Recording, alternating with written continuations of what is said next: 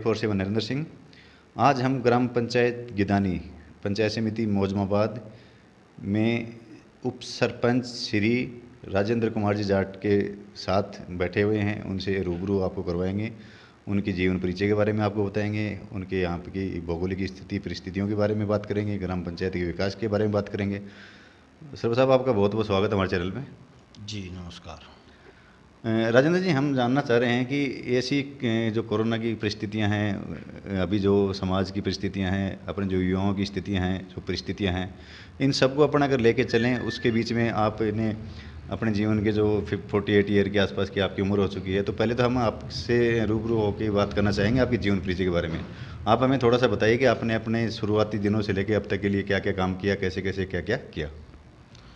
मेरा जीवन परिचय यहीं गांव से शुरू होता है। मैंने प्रारंभिक शिक्षा यहीं की प्राथमिक विद्यालय से की, 5वीं तक की शिक्षा यहीं से ग्रहण की। 8वीं हमने सावरदा से की और सीनियर हायर सेकेंडरी दूदू से करी। उसके बाद ग्रेजुएशन MDS यूनिवर्सिटी अजमेर से करी है और उसके बाद में करीब साल 1.5 साल RK मार्बल वाले के यहाँ व्यवसाय वो प्रशिक्षण के लिए वहाँ से करा 1-1.5 साल। उसके बाद में फिर खेतीबाड़ी हमारे पूर्वजों की थी, उसको संभाला। उसके बाद में फिर जनवरी 2020 को वार्ड पंच का चुनाव लड़ा। वार्ड पंच का चुनाव मैंने 85 वोटों से जीत हासिल करी। उसके बाद उप सरपंच का चुनाव लड़ा।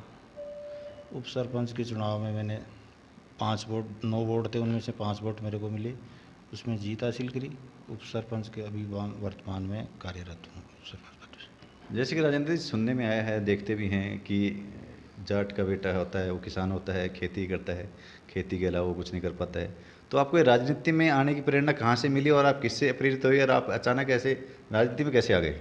जी, मैं बिल्कुल राजनीति से दूर ही था, लेकिन गांव वालों की इस बार इच्छा हुई कि यार आप चुनाव लड़िए वार्ड पंच का।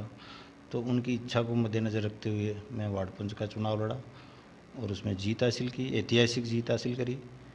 वार्ड पंच के चुनाव में 85 वोट बहुत मायने रखता है, मतलब दो तिहाई बहुमत से मैं जीता हूँ। और फिर उप सरपंच के लिए भी मेरे को प्रेरित करा कि आप उप सरपंच का चुनाव लड़िए।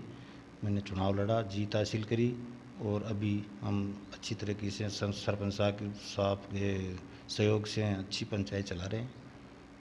उप सरपंच होने के नाते आप पंचायत स्तर पे, द्वितीय स्तर पे आते हैं, तो पंचायत वासियों को आपसे बहुत सी उम्मीदें हैं, अपेक्षाएं हैं। तो आप अपने पंचायत के विकास में योगदान के लिए, भागीदारी के लिए क्या क्या योजनाएं लाने का प्रयास कर रहे हैं और क्या क्या काम हो गए हैं?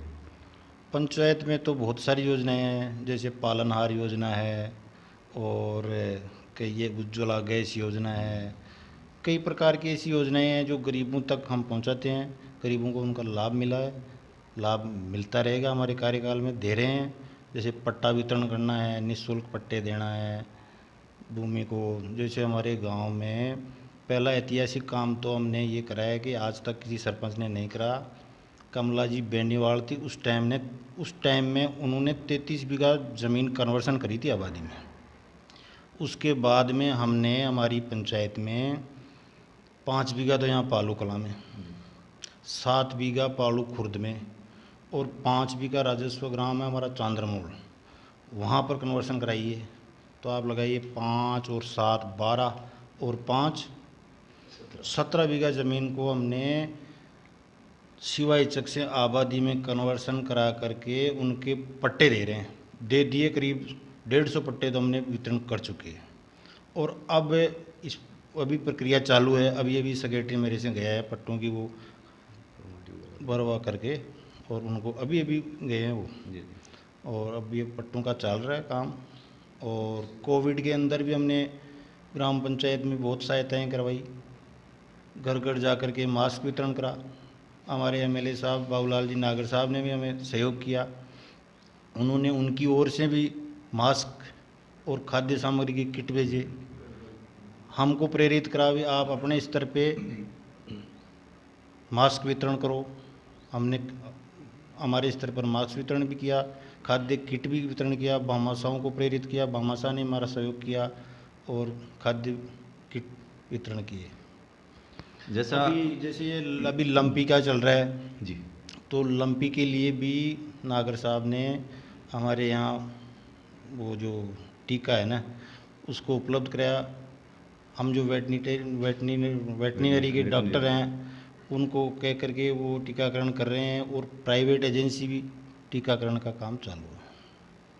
जैसा कि वो मिथ्या थी जो अपन बात कर रहे थे शुरू में, एक किसान का बेटा एक किसान ही रहता है, हमेशा खेती करता, राजनीति नहीं रहता है। आपने देखा सरपंच साहब कितने सरल स्वभाव के धनी हैं, पंचायत को सब साथ लेके चलने का ये इरादा है, सबका युवाओं को साथ लेके इरादा है युवाओं के भविष्य के लिए, क्योंकि आजकल नशा प्रवृत्ति इसकी तरफ युवा पीढ़ी ज़्यादा आकर्षित होती जा रही है। युवाओं के लिए आपका क्या संदेश है कि वो किस ओर जाएँ, कैसे जाएँ ताकि आगे अपने जीवन के लक्ष्य को प्राप्त कर सकें? युवाओं में इतना हमारे यहाँ इधर कोई खास नशे पत्ते की इधर लत नहीं है, और बाकी कुछ है तो उनको प्रेरित किया जाता है भाई ऐसा नशा नहीं करना चाहिए। वैसे हमारे इतनी वो प्रॉब्लम नहीं है। तो अभी अपने बात की राजकुमार जी जाट से। ठीक है साहब, आपको बहुत बहुत धन्यवाद। धन्यवाद।